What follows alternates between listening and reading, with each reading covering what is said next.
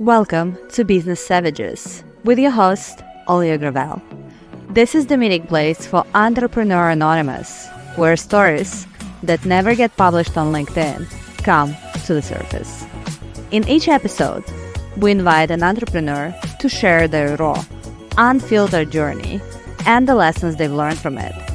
Whether you're in the trenches seeking validation or advice, or simply wondering if starting is even worth it, this is your space. Thanks for joining us today, and let the confession booth begin.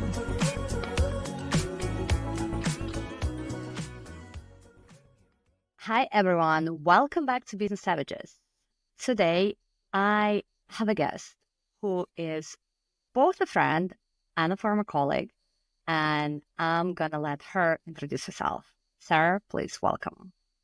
Hi, everyone. My name is Sara Uzer. I'm a writer and editor. So the majority of what I do is to help brands and businesses better reach and resonate with their target audience. So that can be anything from website copy, blogs, articles, all the way to more copywriting type work. So video scripts, case studies, things like that. So essentially all things content and helping people better reach their target audience and gain more visibility among the right people. Thank you, Sarah. So, as I said, we're previous colleagues, and at some point we worked in an environment that at a time seemed super toxic. Maybe now looking back, we're like, okay, it wasn't that bad. But I think at a time it seemed pretty rough. But I do know that even at a time you were already doing some freelance work. Is that correct? Yeah. So could you talk a little bit about that? As in, how did you find the motivation to have what I call side quest at a time? Well, I know your full-time job was super demanding.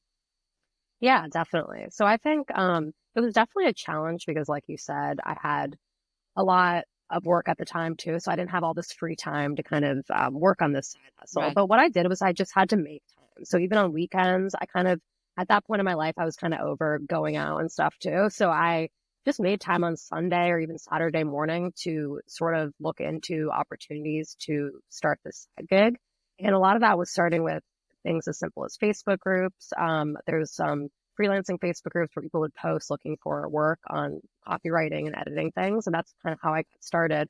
And I started really small. It wasn't anything income wise. It wasn't a lot of money. And I didn't need a lot of money because I had a full-time job, but it was more just to get my foot in the door. So yeah, I would really on weekends just make time for finding these opportunities. And, I would, in terms of working on them, I would, do it in the evenings, weekends again. And because it was a small amount of work, it was doable. And I expanded on that later on once I got out of the corporate world. But I think overall, I was motivated because as busy as I was, I always had this dream of wanting to branch out on my own because working full time made me see what I liked and what I didn't like. And I wanted to really narrow down on the copywriting and editing aspect of my job. So that's what motivated me to sort of see what was out there. So, like you said, it was like less monetary motivation, but more so like long-term vision because this is something Yeah. that you envision for yourself. Totally. How did you get that vision of yourself? Was it like more just like, I don't know, you like downloaded it from the universe, or was it something that maybe you saw in your parents or peers or something like this? So what's interesting about me is I have always loved writing. And I think it always sounds cliche to be like, I knew I was meant to be a writer, but I actually really did. Even when I was a little kid, I was one of the first people to learn how to read in my kindergarten class. I was reading to the students. I loved reading and writing so much. And I would even, once I would started reading, these chapter fiction books, I would start writing my own on like Microsoft Word. And so from a very early age, I was always really passionate about the creativity aspect of writing.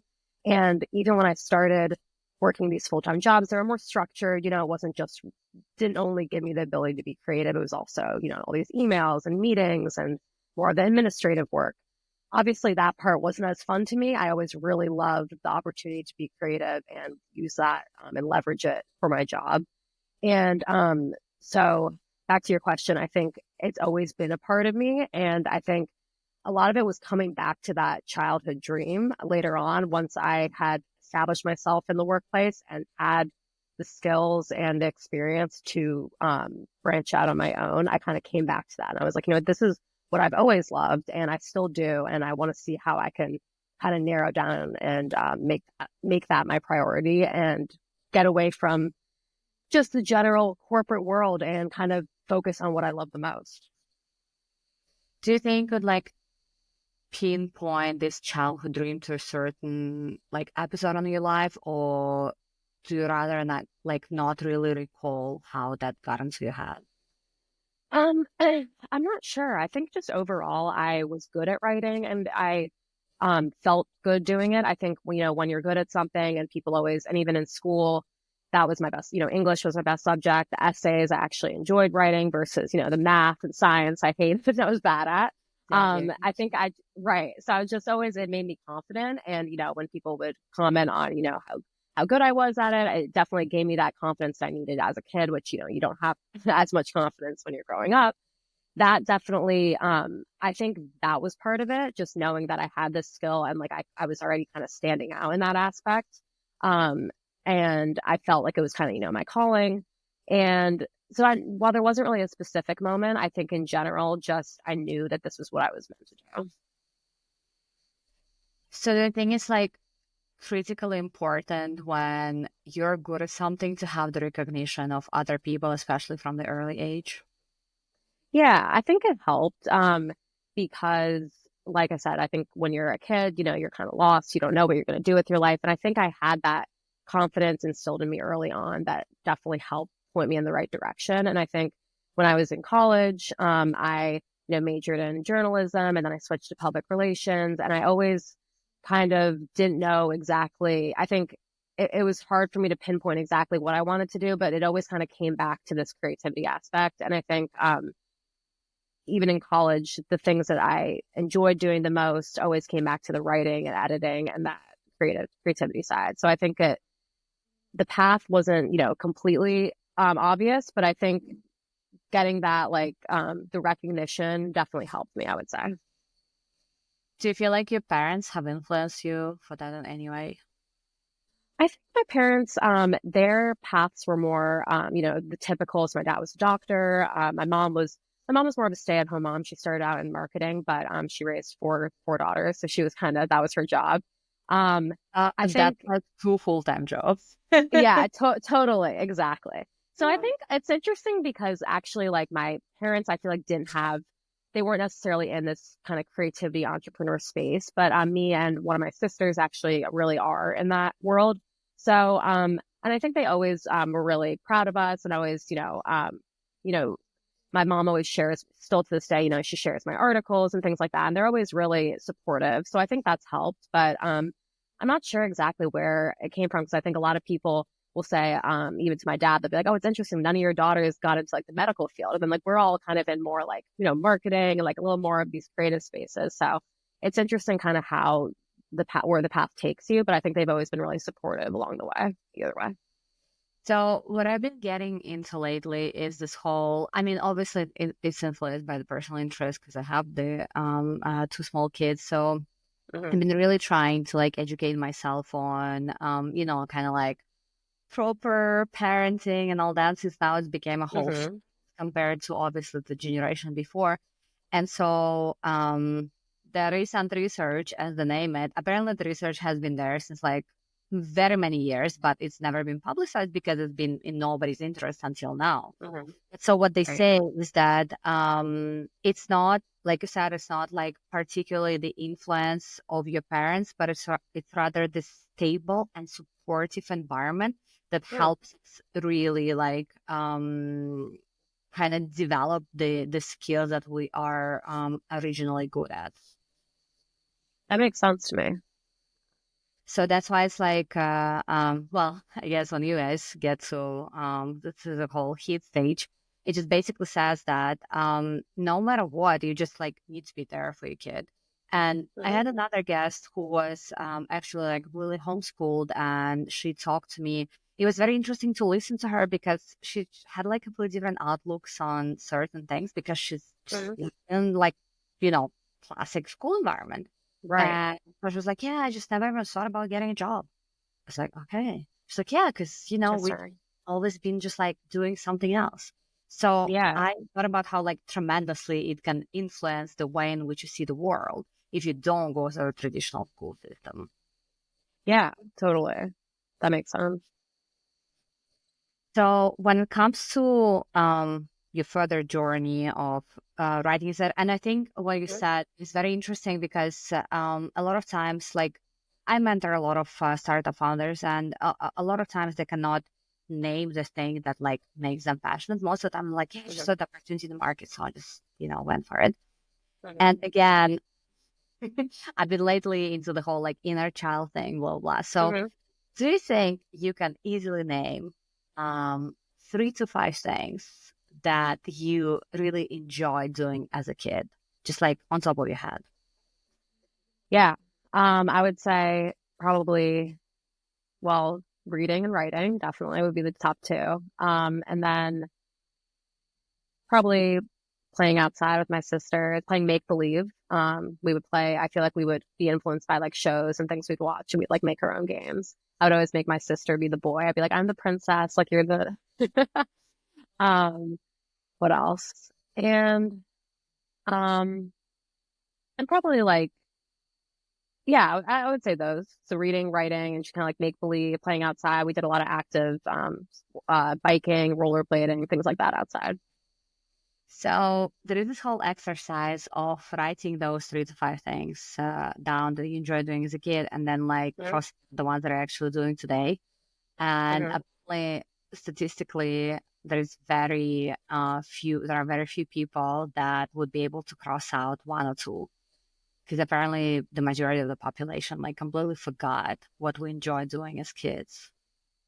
Wow. Yeah, it's like it is. I do think about that, and I really like that like inner child concept too, because I think things like even just like playing or just like being outside, and it's like I think we get so wrapped up. That's something I'd love to do more, and I don't. I'll say I still obviously read and write, but I think I miss that childhood like aspect of just like just going outside and like hanging out. Obviously, you're older now, you're not going to do all the same things, but even just getting fresh air. And that's something I actually really need to work on is because I'm always just glued to my computer all the time. I'm like, I need to go outside. So that's a good reminder. When did you make the transition from just part-time freelancing to full-time entrepreneurship? Yeah. So, what happened was, I, during the crazy time of COVID, which, I think threw a lot of people's career paths for a loop, I was working for a job. It was a smaller kind of startup type company. And I did get laid off due to the impact of COVID. Right. Most of my team did. And it was a shock, but kind of a blessing in disguise because, like we had talked about, I was already doing some freelancing on the side. So I'd built up sort of a network.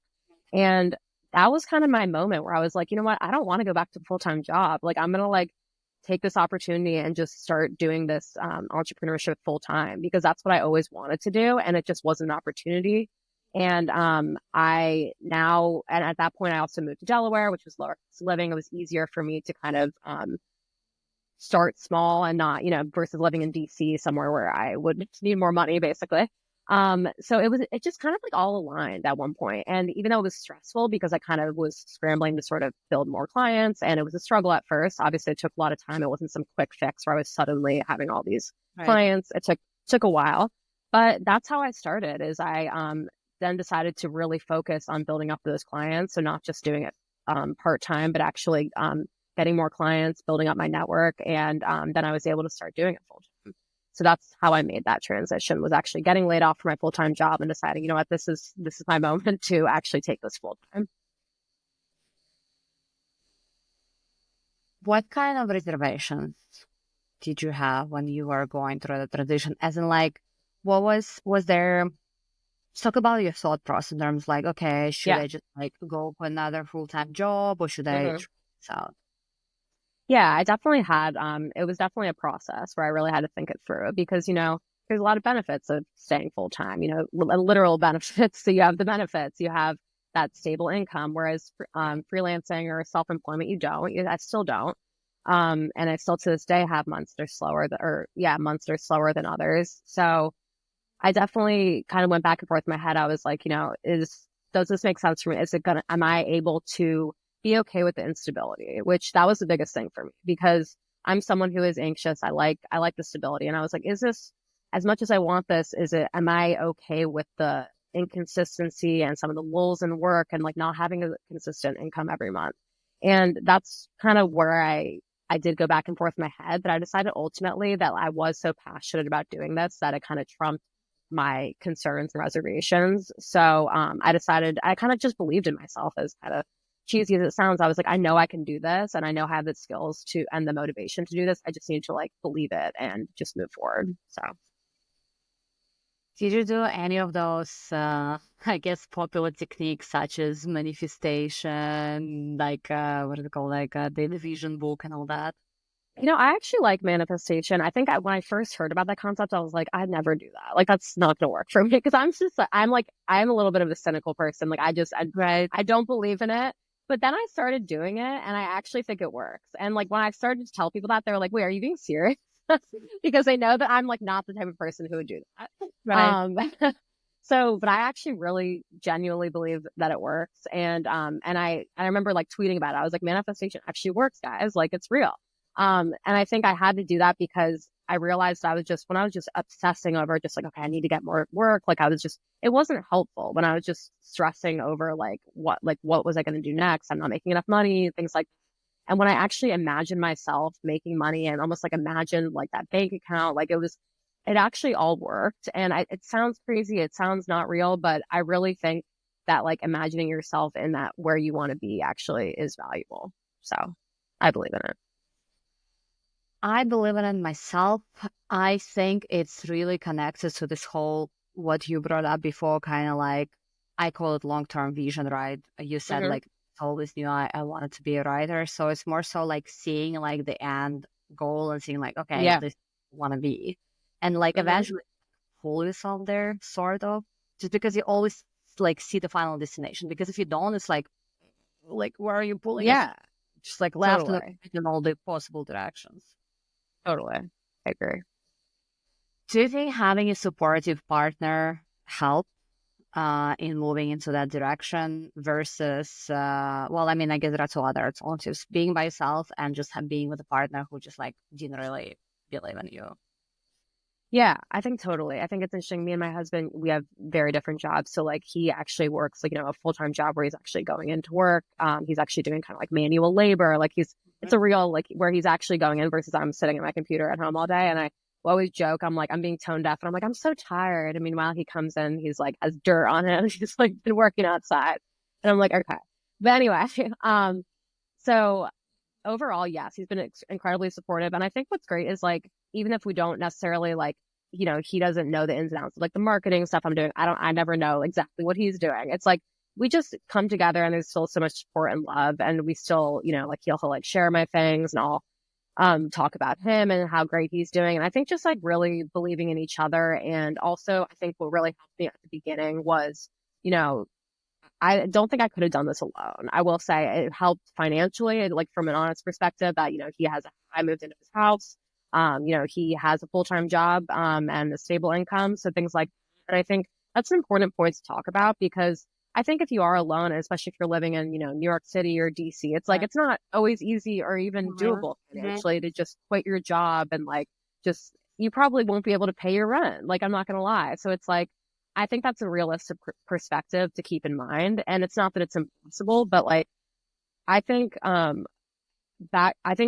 there's so much to actually just starting when you're working full time, if you can, and kind of like putting feelers out there, building that network. So you're not just starting from scratch. And I think that is really key because, having a supportive partner definitely helped me in that sense. And I think, especially if you're doing it alone, um, starting out while you're working full time and just even like just putting feelers out there, starting to build your network, things like that, and not just like thinking, oh, I'm just gonna quit my job and start something. It's okay to start small. That was one of my biggest takeaways is that it's okay. You don't have to just jump right into it. You can start off while you're still doing something else.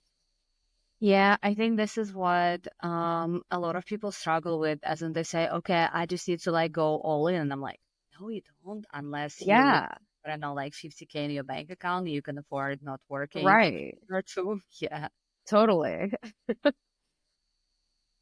But that seems to be a blocker for a lot of people. Or also, I think when it comes to, I guess more so like founding like a whole startup, a lot of people just like don't want to put themselves out there. And I'm like, you don't realize there's like the founder figure does the like most of the whole thing. It's like it's not the great Right.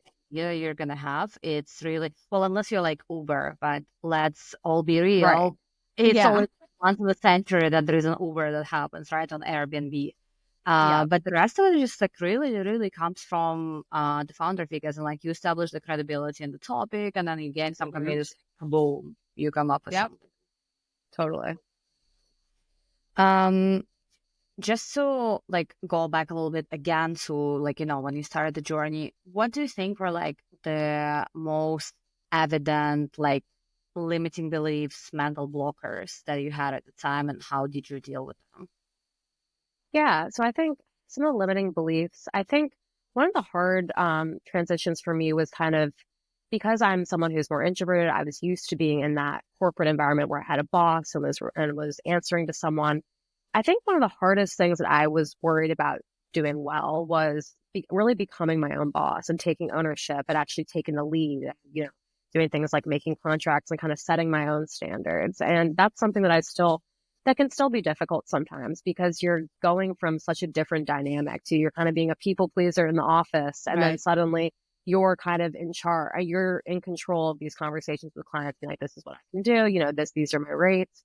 That was definitely a hard transition. And that scared me at first because I was like, this is so unfamiliar to me. I'm so used to the other way around where people are going to tell me what to do. And I'm just doing the deliverables versus then I suddenly had to do the deliverables on top of actually creating these contracts and terms and things like that.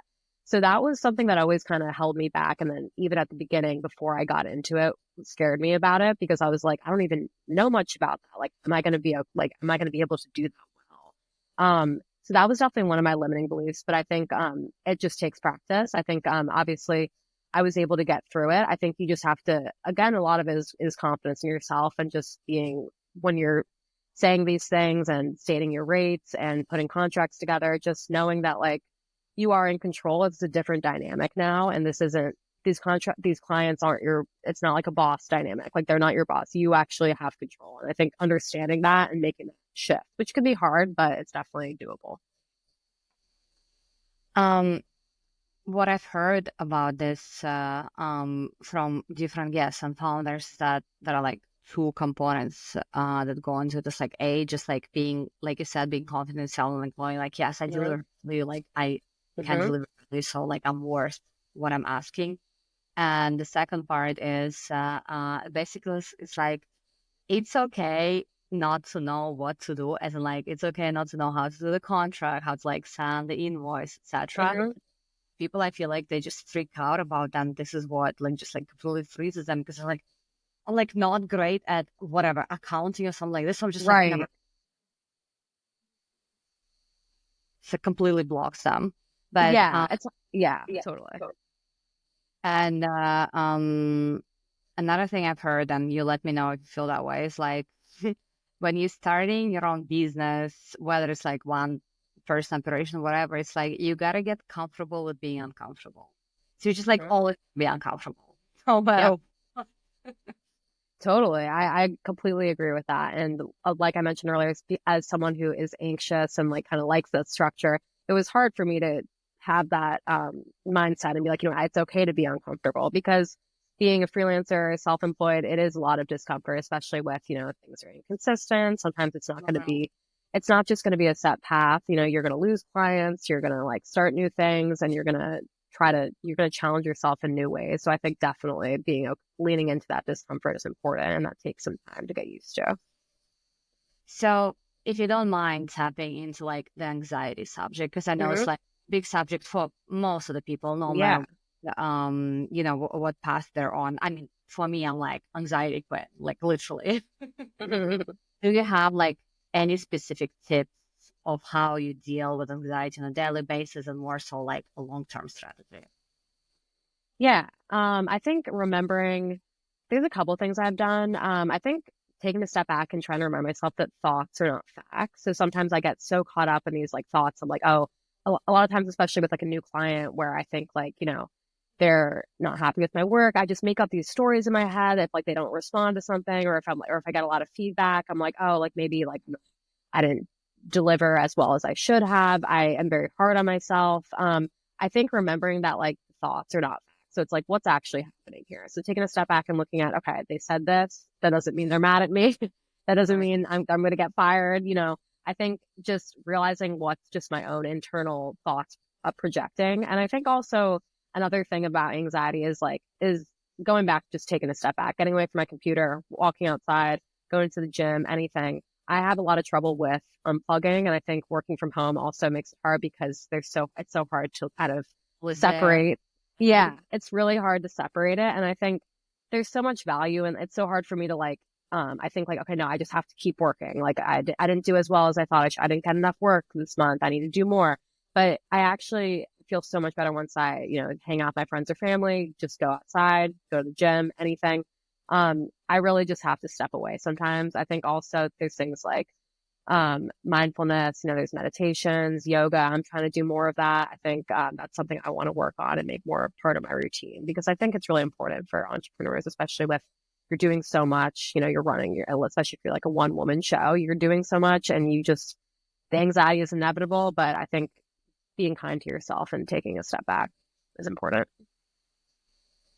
Speaking of being a woman, Mhm. I mean, obviously, when like the question of maternity leave and all the other Mhm. things come into play, do you feel like that has just like thinking about it that okay, this is something that I want in the future?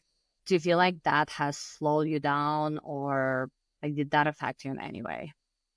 It didn't. It hasn't so far, but I think it's definitely something to think about. I think with like, with full time, there's more benefits like maternity leave and things like that. Whereas versus freelancing, you kind of have to, and actually with everything, even like vacations and things like that too, you have to kind of go unpaid versus where you'll have like PTO with a full time job. So I think things like maternity leave and also just in general vacations and other things like that. That's one kind of downside of being on your own. And I think it's something to consider. And I think the important thing is just planning ahead. So if it's something, you want to have a baby or you want to go on a vacation, I think just trying to get ahead as much as you can with like your income and also I think just thinking, yeah, I think just planning ahead is key. And I think that's one of the harder parts of it. But, that's something that entrepreneurs and self-employed people have to think about more than full-time people. Do you have any things like methodologies or frameworks that you employ for day-to-day planning? Because I mean, everybody knows I suck at managing my own time. It's hard. I think, so I kind of am very just old school with things. I think there's so many like project management platforms and things like Hmm. that and time management. And I've used some of them with a lot of times with clients that like have used it, like I've used it with them. But I think overall, I kind of stick to, the Google Calendar and making a standard to-do list. And I try to just prioritize what's most important based on, the deadline or, what's most valuable. So just rank them in order of importance and what I have to get done. And I think just usually making my to-do list for the next day, like the day before, and trying to focus on that. I'm pretty good at time management. But I think for me, sticking to the simple to-do list, helps me the most. I think that won't work for everyone, but sometimes I think too many project management tools and stuff can like almost be more confusing. You can not always be the most Yeah, productive. like gets in the way, right? Yeah, like I'm like then we have to like learn it. And now it's just another task on my list. So I really just stick to the basics, and that helps me the most. I think personally, I think also finding a time where you're most productive, which I think is common Yeah. advice. So some people are more Mhm. productive at in the evening versus the morning. I like getting up and getting my work done. So I stick to almost like a typical 9 to 5 schedule, but I try to get as much work as I can done in the morning. That's just how I work. Some people are more productive in the afternoon or evening, but I think finding out when you're in your kind of flow state really helps, and then trying to do your most important work then. And being consistent, right? So not just Yeah, like. yeah, Mhm. totally. So I imagine you work with a lot of different personalities when it comes Mhm. to. Can you maybe bring up like a couple of examples of like the most challenging ones and how you handle them? Yes. The immediate one that comes to mind is, and I've had a few of these, is clients that treat you like they think you're like an employee. So they kind of push your boundaries and they expect you to always be available. And they're calling you. I'm expecting crazy turnaround times, which like you didn't agree to, weren't in the contract. They kind of just are honestly taking advantage of you. And it's really frustrating because, you've done your work by making this contract that lays out your turnaround times, your availability, things like that. You've had these conversations, but then they still kind of feel like they can push you to your limit. And I think those clients are one of the most challenging because as someone who is still a people pleaser at heart, I still want to do the work for them. I'm like, okay, maybe I should just do it. But then I'm like, but no, then if I do it, then I'm going to set the standard that I'm going to be available.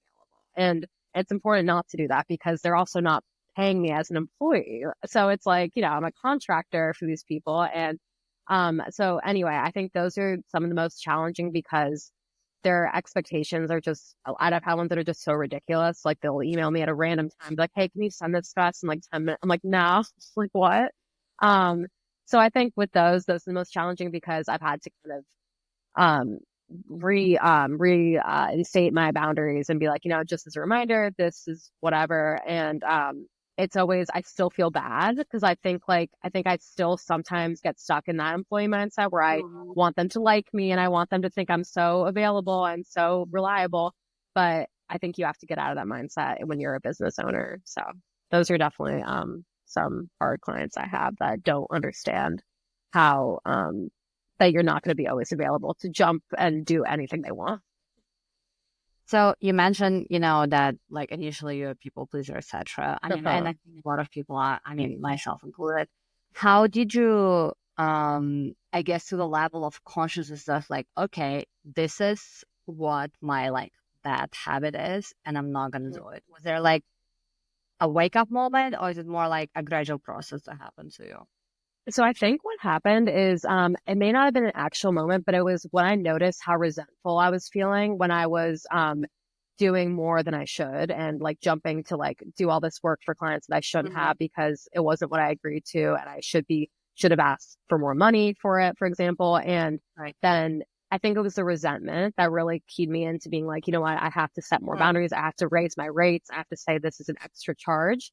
Um, and that's really key. And that's been a big thing throughout my whole journey is when I start to feel resentful and burnt out, I realize something's wrong and I do have more control than I think I do. So sometimes even if it's not clients asking for stuff, it's saying yes to things I don't want to do, like things that aren't part of what we discussed. And certain tasks that just aren't aligned with my long-term vision, like we were talking about. So I think the burnout and the resentment, those bad feelings are always what keeps me into being like, okay, I need to reevaluate what I'm doing here. Where do I have control? Where can I start saying no more and actually stand up for myself? So with the new clients, do you just like very actively establish some boundaries to avoid the situation in the first place? Yeah. So I think that's what these situations have led me to learn is that I need to be very clear in the contracts and also in our early discussions when we have like a Yeah. discovery call, just say, this is what I can do. These are my typical turnaround times. And then also asking them questions to see I feel like I asked so many questions at the beginning because a lot of times there's surprises that you're not expecting. And then later on, they'll be like, oh, and because we didn't discuss it thoroughly, it's hard to kind of backtrack and be like, oh, actually, no, I can't do that. So I try to cover all my bases at the beginning. And that's helped me a lot because, especially to have it in writing in a contract and kind of Right. discuss it as well. Because, although clients will still push the boundaries, I think, they always will sometimes, not all, but a lot will. I think having it in writing and talking about it really helps set that early on to try to prevent any confusion or issues later on.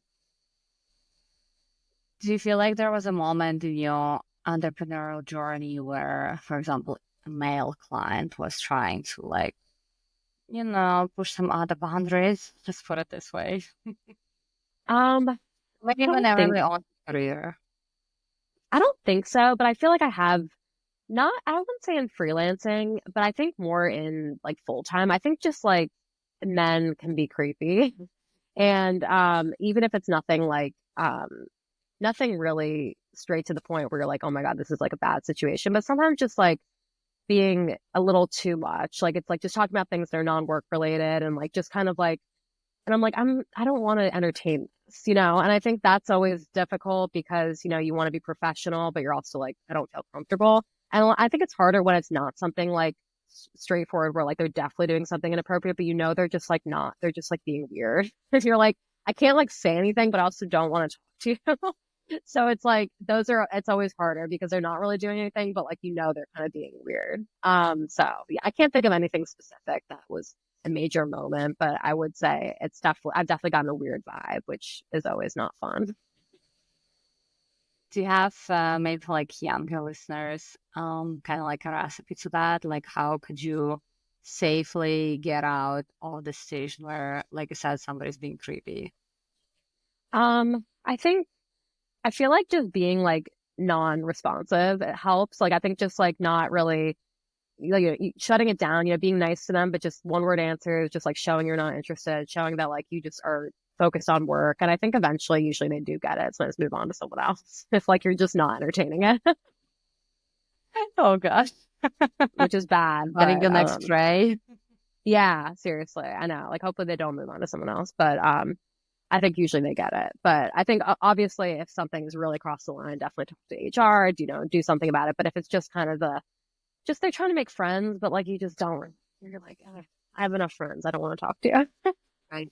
Then I think just being kind of non-responsive is usually the key, and then they can kind of hopefully most at least. Right? That's always the goal. Um, Right.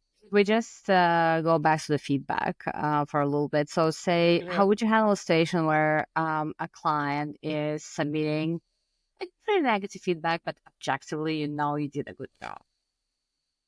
Yeah. So that's a tough one. I think it depends what it is, but I think when I respond, saying kind of speaking from not an emotional standpoint, you know, it's talking about like, okay, thanks for the feedback. I really appreciate this. I totally see where you're coming from. I will say, I think this does make sense for this particular project because, and then kind of lean into my industry knowledge. So if they say, oh, we don't want to do this, then I'm like, no, but I'm trying to think of a good example. Like if they want to maybe like stuff all these like SEO keywords or something and it's like too much and I'm like, this is like non-readable. I would explain it in a way that's like leaning on my industry knowledge, not saying like, no, but like actually I did a good job, not getting too emotional. And I think a lot of people have trouble we're not getting emotional because it's hard, you know, you kind of take it as a personal attack. But I think speaking confidently, saying, you know, this is why, and speaking from an actual knowledgeable standpoint is key. And usually they are receptive to it, because did hire you as an expert. So I think that's what you have to remember. They hired you because you have this skill set that they don't when they need. So I think remembering that and knowing that, and if you're saying it in a way that's not, you know, you're not being rude, you're just being straight to the point, I think they are open to it. So I would say it that way. Okay, so the recipe is just like still being kind of like true to yourself, as in like this is my work and I stand by Yep. it. Okay. Yeah. Um, could you think of like if there was like you don't have to like make it up, obviously, like a major setback during your entrepreneurial journey, whether it was like part-time freelance or now full-time, Mhm. full-time stuff, a major setback, and how did you get over it? Yeah. So actually recently, well, sort of recently, over the holidays, I had a major lull in work and the holidays things always slow down, but this time was like major. Okay. And I really was, though I was kind of reevaluating everything. I was like, you know what, maybe I should go back to full time. But what was funny is, and I started applying to full time jobs. I was like, you know what, freelancing is just so dead right now. Like maybe like this is not working. I'm making enough money. I really need to rethink what I'm doing. So I started actually applying to full time jobs, doing some interviews, but I secretly didn't want to get them because I knew that I didn't want to do full time jobs again. Yeah. I was like, so it was like I was like, all right, I'm like, I might need to go back because this just isn't working, but I really don't want to. I still do love what I'm doing. So um that was a major setback because I was just things weren't going well. Things were really slow. They just dropped off, and they actually did pick up very well and even better than they were before. So I did get out of it. But it's unfortunately, I think sometimes it's just bad luck. Things slow down, especially times of year, holidays, summer. Um, there's less client work sometimes and things just aren't working out as well for you. And you just kind of have to like roll with the ebbs and flows, which is really hard, kind of leaning into that discomfort like we talked about. But I think knowing deep down, eventually I just knew deep down that things were going to work out. I was like, I'm going to go to this. Like even when I was applying to these full-time jobs, I was like, okay, I'm doing this to feel like I'm doing something, but like, I don't want to get these. I want to go back to what I was doing and I will. I need to be patient. So, and I think another thing I did actually was thought outside the box. So I did some cold pitching that actually worked. I started writing for some local paper, which is something I never even thought of doing because I live in a smaller town. There's not as much marketing and local opportunities, but I started writing for a local paper and I'm still doing that now, which has actually been really fun. And that was something I would never think to do because I was just doing more, online virtual work. But that's a job that has continued and has been really enjoyable. So I think what helped, I would say, when people have these setbacks is also going against like your usual routine and thinking, okay, what else can I do? Is there maybe if there's some local thing I can reach out to, or not just sticking to your usual like rotation of this network, what else can I do? I think thinking of other things, because when things are so slow, it's okay to think outside the box and do something you didn't really think of before. I think that's a really nice tip. But speaking of the like overall network, what you brought up at the very beginning, that you start developing, relationship, etc. I feel like a lot of people get stuck on thinking that the network needs to be like local. But from what I get, like you did it just purely online, right? Yeah, totally.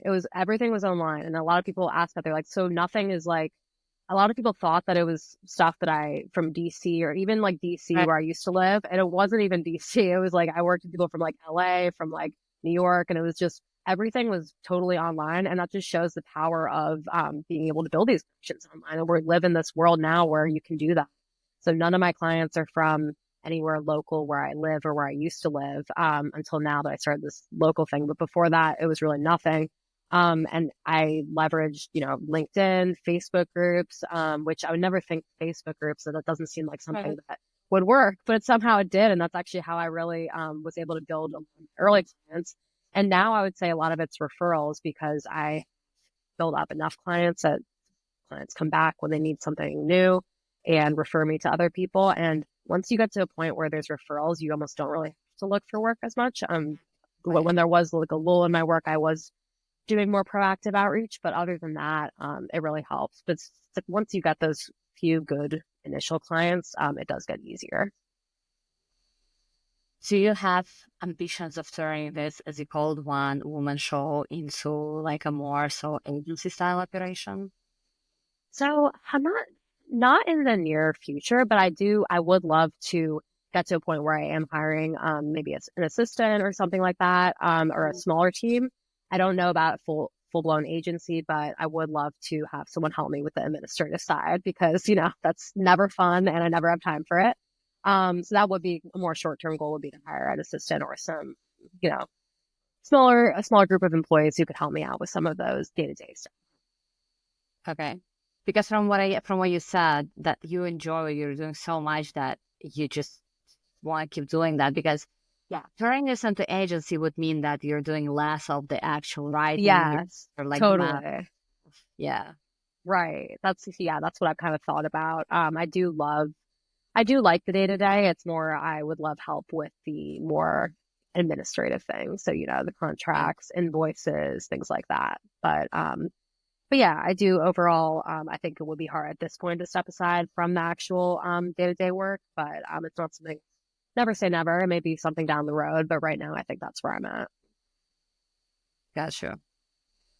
Oh my God. I feel like we've discussed so many very useful things in the show. You know what I do at the end of each episode is that I try to give like homework to listeners, because it's like really good when you listen to a show and you're like, listen, and you have this like light bulb, but then the end you're like, just like kind of leaves you. So right. I would like us to think about at the very least like 3 pieces of homework that we're gonna give to listeners. I think the first one that just like really stuck out with me throughout the episode is just kind of like understand your long-term vision, as in like what is it, like where do you see yourself? I mean, as cliche as this question sounds, Yeah, it's true Verdict to though. yourself. Yeah. The second one, it's something you said that, I mean, I'm going to be selfish here. It's something that I don't do enough at all. Just like being kind to yourself, as in like, hey, like you're doing enough. Like it's okay. It's Mm-hmm. okay. You're Yep. great at everything. Um, I think another really good one is setting boundaries. So, again, something that I personally suck at is like, I just don't say a lot of things up front, and then I find myself, exactly what you said, resentful because I'm like, oh, Mm-hmm. just did more, like I Yep. didn't blah blah blah. So, do you think you could think of like another one that we're gonna give to the listeners? Um, I would say another one would be um recognizing what work you love doing. So not just what you're good at. I think going back to so this could have kind of Mm, be tied into the resentment piece is what I had mentioned before was sometimes I do get resentful. I'm doing too much of the stuff I don't like doing. So I think right. leaning into not what you really love doing and trying to focus your efforts there. Because I think once you get to a certain point in your career where you can do so many things, you can be more picky and choosy about what you actually want to do. So I think recognizing how you feel. So I think being self-aware and being like, because when I'm doing, even when I'm doing too much writing, I start to get resentful versus editing and kind of more of the variety of work when I'm doing too much straight up writing, I get burnt out. So I'm like, okay, I need to like try to build up more of my editing clients because when it's too much of one thing, I start to get burnt out and resentful, those two keywords again. So I think paying attention to how you feel and what you love doing is key. Yeah, and I think it's really like throughout the whole episode, I just kept thinking to myself, it's really all about being just like self-aware and conscious Yeah, because like without it, it's like hard to accomplish any of what we have yeah, talked about. totally. I agree. There's usually also another question that I ask at the end. Mhm. Um, is there something that you know today that you wish you could have taught yourself like 5 or 10 years ago? Um, I think I would tell myself basically you'll figure it out. Because I think back to what we were talking about with like the things like contracts and like kind of being your own boss and all the things that scared me at first, that was what kind of shied me away from taking this route before because I was like, I don't know if I can see myself in that position really being my own boss and I didn't feel confident enough. And I think I would tell myself you can and you'll be able to break free from this employee mindset and take on um, an entrepreneur role. So I think I would tell myself that you'll figure it out, even though it's going to be scary at first. You'll learn how to do it, and it'll get more comfortable with time. I do. Really good one. It's funny now. That's what I keep saying to my daughter, who's only 4. But I'm like, he'll figure it out. Like even Yeah, with small things, but I think it just like gives you this confidence. Like no matter what, it's just like inside of you. It's like yeah, you'll be fine. exactly. It's so important. So good. I feel like it's been a super good episode. Um, Yeah, Thank you so much, Sarah, for coming on. I hope we'll be able to do a follow-up episode. And tell us, please, how people can get in touch with you if they would like to get, well, some of your professional services.